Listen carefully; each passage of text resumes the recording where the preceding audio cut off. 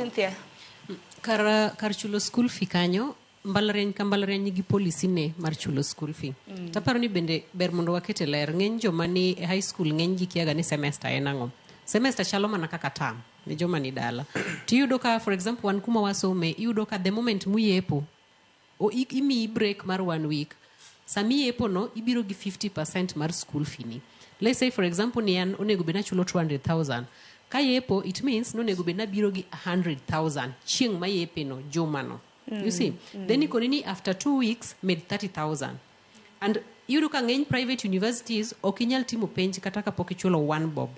Koro it means ni each and every time school ka school nigi policy ka kichulo school fee, gibro communicate, gibro kono ni period ni chakre ka nyaka kai ibro chulo makama. Kodhi wuok ka nyaka kai ibro chulo makama.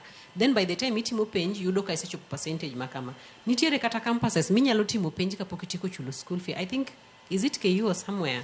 Magi yeni chulo school fee but okiboydo result or certificate ka pokitieko. Mano is unlike private institution. One nyaki chul to the last coin, to the last cent. Eki dhi mbele. Ne jonyuol kod nyithindo gini kik buogu ahinya. Ngima anaja kono gajini onge gima yote ngima ka. Trust me for sure onge. Bet mangima no itself it's not easy. Chiemo ok yot, somo ok yot, tich ok yot, onge gima yot. But kata bed mana nigi tek manade to nyaki survive. Thing is janyuol moro amora ma funding model ni obwogo. Arrangements manyake tim ni kapo ni nyathini omi thuolo mar donje campus. Keto chaki. Luenje modong gi Gen Z bro gorego ka nyathini dhi mbele gi somo.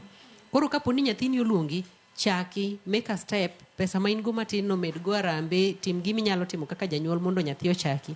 Koro sama government dwa temo revise gini kata manyo option to nikech it's not going to be kaka entiere ni. Lokroge moko to nyaka bede. To mondo lokroge go bede wan manyaka wa fight wa joma wuok.